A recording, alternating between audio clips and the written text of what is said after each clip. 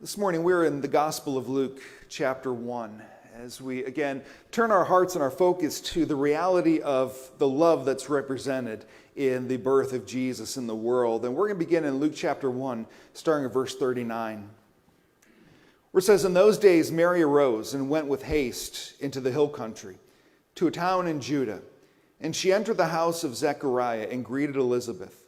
And when Elizabeth heard the greeting of Mary, the baby leaped in her womb. And Elizabeth was filled with the Holy Spirit. And she exclaimed with a loud cry, 'Blessed are you among women, and blessed is the fruit of your womb. And why is this granted to me, that the mother of my Lord should come to me? For behold, when the sound of your greeting came to my ears, the baby in my womb leaped for joy. And blessed is he who believed that there would be a fulfillment of what was spoken to her from the Lord.' And Mary said, 'My soul magnifies the Lord, and my spirit rejoices in God my Savior.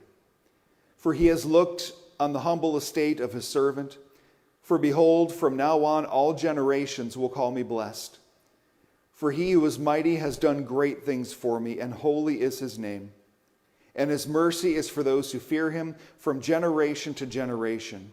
He has shown strength with his arm. He has scattered the proud in the thoughts of their hearts. He has brought down the mighty from their thrones and exalted those of humble estate. He has filled the hungry with good things, and the rich he has sent away empty. He has helped his servant Israel in remembrance of his mercy. And he spoke to our fathers, to Abraham, and to his offspring forever.'" I love in this little declaration of praise that Mary lifts up as she really begins to more take in what has happened to her. And she gives these reflections back to these promises, these prophecies of the Old Testament. Especially verse 54, "He has helped his servant Israel in remembrance of his mercy." And so often, I think with Christmas, we can get so caught up in the familiarity of the story that we lose a sense of just the magnitude of what it is that's happening. That yes, there's so much nostalgia for us with Christmas. There's so many beautiful things and the lights and just the pretty music and all of these things with Christmas. But to go back and understand that this book is fundamentally a story of love.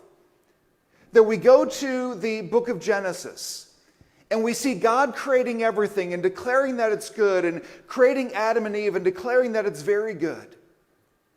And that very same creation of Adam and Eve rebel against God and bring suffering and death into the world.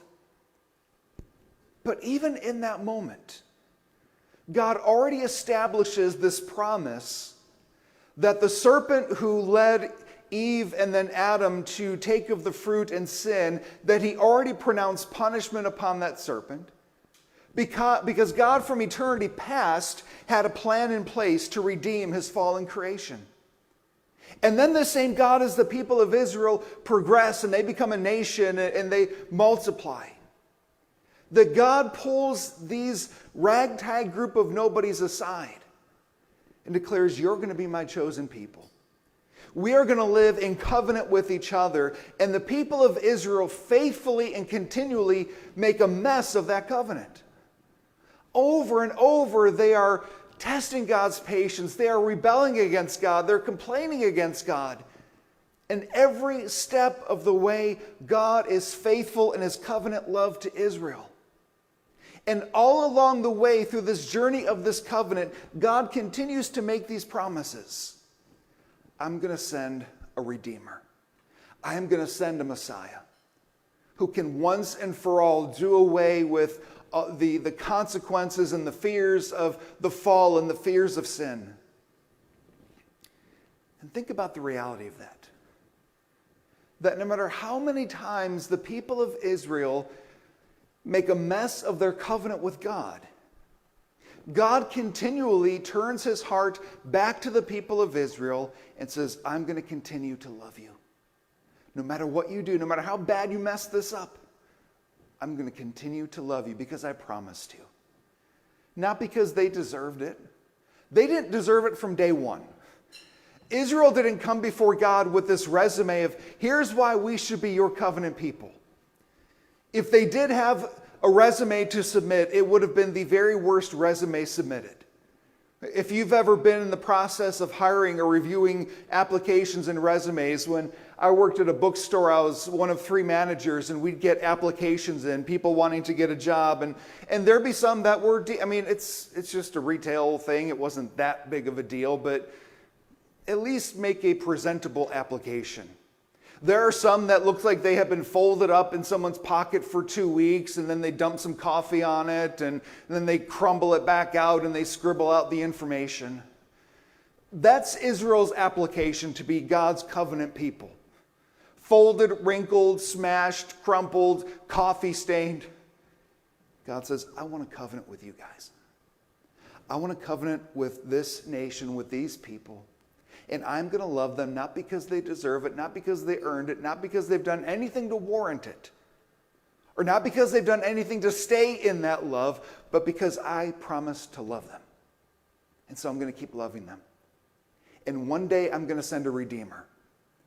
Because God had a plan from the foundation of the world that after creation falls into sin, that he would send his Son into the world to redeem us from our sins.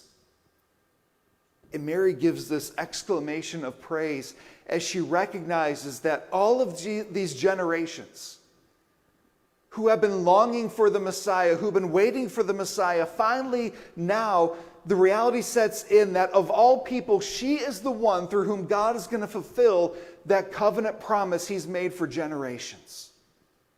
That's kind of a big deal. And Mary's chosen to be that one, to bear the Messiah into the world. John 3:16 says, "For God so loved the world that he gave his only Son, that whoever believes in him should not perish but have eternal life." Why did Jesus come? Why do we celebrate Christmas? Why did God take on flesh and come into the world? Why was Jesus born in a manger? Because God so loved the world that he gave his only Son, that whoever believes in him should not perish but have eternal life. Can we begin to comprehend the reality that God might actually love us? A lot of times, if we want to explore kind of the psychology of it, that there's a very good probability that your view of God is shaped to some degree by your relationship with your father. Be like, well, that's just psychobabble. It might be, but I found some truth there too. If your dad was distant and removed and threatening, there's a pretty good chance you don't view God primarily as a close, intimate, loving father. You probably see God as harsh and strict and watching down on you from heaven, ready to discipline you when you've done wrong. How do we view God? Can we allow ourselves to understand that, yes, God is holy. God is just. He is the judge of all things. He is the all-powerful one who will punish sin. Yet, without compromising any of that, he's a God who loves you more than you could ever possibly understand. A God who, to use just kind of rough today language, a God who's crazy about you. John chapter 1, verse 12, it says, "But to all who did receive him, who believed in his name, he gave the right to become children of God." Okay, this is getting out of hand. Not only does God love us, not only is he willing to forgive us of our sins, I mean, he can do that and then tolerate us. Fine, I'll forgive you. But it doesn't stop there. He says, not only do I want to forgive you, I want to adopt you as my child. I want to make you my son. I want to make you my daughter. And we get this story of the prodigal son, of the jerk of a son who wishes his father dead, goes off and blows his inheritance, and then comes crawling back when he's living among the pig slop, and there his father's waiting at the end of the driveway every day, watching for his son to come home. Because that son had the impression of his father that we often have of God, that, okay, I'm going to come back to God, but he is going to lay into me once I come back. Not once did that father even think about, I'm going to tell this punk a thing or two. He will be grateful for me before anything else happens. Nope.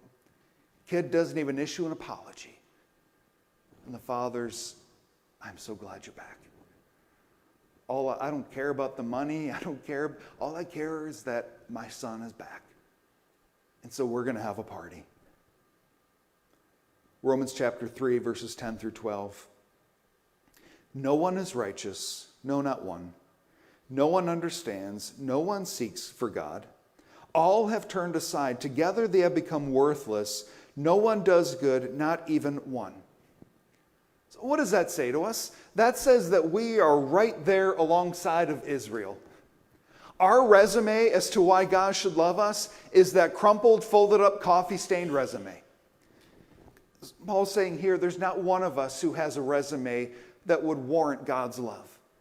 There's nothing we can offer to God saying, you should love me because I did this.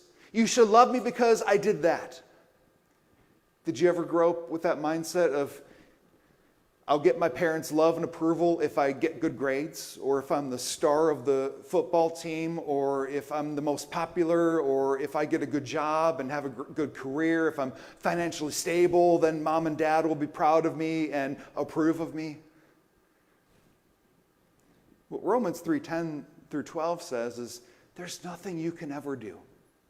Nothing. And on the one hand, that could sound very discouraging. So you mean I can never get God's love and approval? No, that's not the point. The point is you already have it because you're in Christ. There's nothing else we need to do because Jesus came into the world and died on the cross for our sins. There's nothing we need to add to that. Do we understand that? Do we understand that level of love that God says, I have done everything. I have made sure everything has been taken care of so that now I can just show you my love. There's nothing you can do to add to it. We can sit in church every single day of the week, 365 days of a year, every single year of our lives, and it won't do one thing to make us more worthy of God's love.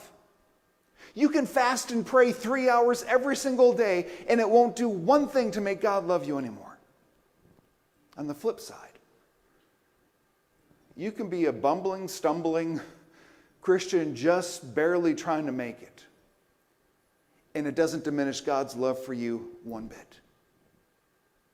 Do we get that? Because I feel like we still live these lives of, if I do certain things, God's going to love me more. If I fail to do these certain things, God's going to be mad at me. Romans 3:10 is telling us there's nothing we bring to the table that can make God love us any more or make him love us any less, because he has chosen in his own nature to say, I've promised to love you, and there's nothing that can change that. So Romans chapter 5, verse 8. But God shows his love for us in that while we were still sinners, Christ died for us. I mean, it just kind of keeps adding layers to this love. It's not even like, okay, once we kind of got our lives straightened out, then God loves us. No, when we were still sinners, he said, my son's going to go into the world to die for them. What kind of love is that? What kind of love says, I'm going to send my only son so that he can die in place of people who have lived their lives in rebellion against me? That's the love of God. To say, it's not because you were doing so good, I said, okay, now I'll send my son. While we were still sinners, God said, I love you so much, I'm sending my son for you. And guess what? That doesn't just mean us. If Romans 5:8 is true, which I believe that it is, that means every single person you will ever lock eyes with is somebody that God said, I love them so much, I'm sending Jesus for them. Even if they live in complete rebellion, even if they live rejecting God, wanting nothing to do with him, Romans 5:8 still says of them, but God shows his love for us in that while we were still sinners, Christ died for us. If God loved you in that state, when you wanted nothing to do with him, guess how he feels about everybody who still today wants nothing to do with him? He loves them that much. It's not just me. It's not just us. For God so loved the world. Every person in the world. God says, I love you so much, I'm sending Jesus for you. I am reaching out to you. I am screaming out, receive my son, receive my love, walk in my love, know my love. Romans 8:15 says, for you did not receive the spirit of slavery to fall back into fear, but you have received the spirit of adoption as sons, by whom we cry, Abba, Father. This is revolutionary for the New Testament. Throughout the Old Testament, you will always see God referred to as Lord, God, Yahweh, Adonai. You'll see all of these exalted statements for God. And Jesus comes and says, in this new covenant, he's not just my Lord and my God. He now also becomes Abba, Father. This is the greatest term of endearment that could be used for a father. This is essentially, you can now come before God and say, Daddy, it's me. Sometimes we get uncomfortable with that thought, but that's what Jesus is saying. So he is now your father, that you can go up to him, climb into his lap, and just be in the presence of your loving Father.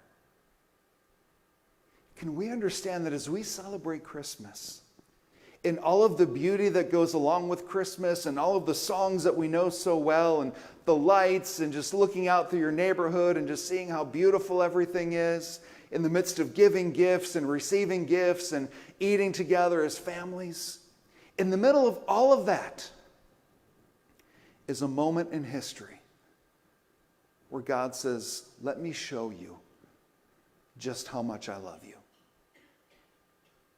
God took on flesh and came into the world so that we can become sons, daughters of the living God, approach him as our Abba Father, as a God who isn't just up there looking down, waiting for you to mess up so he can just pulverize you. So often we can grow up and a father who's distant and still say, well, I know my dad loved me because he worked hard to provide for me. That's true. But we can't say, well, I know that God loves me. He's far and removed from me, but I know that he loves me because he provided for me in Jesus. Okay? That's a start. But understand there's more than that. You have a Father who wants to run to embrace you. A Father who longs to spend time with you. To think about human fathers, a father who wants to get down on the floor and roll around and play and laugh. A God who loves you more than you could ever understand. And the next door neighbor that drives you crazy, God loves them just the same way too. That coworker who makes fun of you every time you talk about your faith, God feels the same way about them. The Bible says we don't wrestle against flesh and blood. People aren't our enemy. We can live like they are sometimes. God so loved the world that while everybody in the world was still living in sin, he showed his love in that he came into the world, took on flesh to die on the cross for our sins. This is the ultimate account of love. And as this story of love continues, we come to the end of it where God says, okay, now's the time. I want the objects of my love and affection to be with me. That Jesus makes it possible that for all of eternity, we can be in the presence of a loving Father. I've shared before that when I was younger, for me, nothing could sound more boring than heaven. Because for me, and just the church I grew up in, I automatically assumed that church was essentially an eternal church service. Church can feel long enough as it is. An eternal service, that's a long time. That's a long time to sit there bored, watching the clock, a clock that will never strike dismissal time. And all that the paintings that we see around the churches, you get these little chubby babies with harps and wings, and okay, so it's an eternal church service with these chubby cherubs just flying around. And then there's always just this source of light, which is God. And there was never in my mind this reality that I'd spend eternity with a Father who loves me. How does that change how we live today? As we go into today and this week, as we go into celebrate Christmas, what does it mean for us to live in reality of a Father in heaven who loves us more than we could ever understand? A God in heaven who says, no matter what you're thinking, tell me about it. Well, I can't be honest with God. Some things wouldn't be very nice. Have you read the Psalms? You get what the Psalms are, right? They're prayers of brutal honesty. Okay, in the Psalms, the psalmist says, I want to take the babies of my enemies and dash them against rocks. That's not pretty praying. That's honest praying. Whatever's on your heart, whatever's on your mind, whatever's bothering you, whatever you're struggling with, tell your Father about it. There's nothing my kids can come and tell me that I'm like, oh, you shouldn't tell me that. I want them to talk to me. God knows what you're thinking, so tell him. What does it mean for us to live in the reality that our Father in heaven loves us? Why do we obey him? Why do we seek to obey him? Because there's two very different motivations. Motivation number one is, again, you're a child and you punched your sibling. And so mom says those words to you. Wait till dad gets home. And you know what that means. The belt's coming off and there will be pain. And so you obey primarily to avoid pain, to avoid punishment. And there are plenty of people who follow Jesus who primarily obey out of fear of punishment. It's a very different thing to obey out of love. Because God loves you and you love God, you want to live a life that pleases him. One is legalism, one is freedom. A freedom of, what can I do today to just make my Father smile? What can I do today just to show my Father how much I love him? What difference does the love of God make for us? And if we ever doubt, I love, it wasn't set up this way, but it just dawned on me that on this side we have a nativity scene, and on this side we have the cross. If you ever doubt for a moment, go back to these two images. The manger and the cross. If there's any doubt at all of God's love for you, go back to the manger and the cross. For there he displays in as clear a way as he possibly can that he loves you. That this is what he did. Yes, for the world, but he did it for you because he loves you. Let's pray.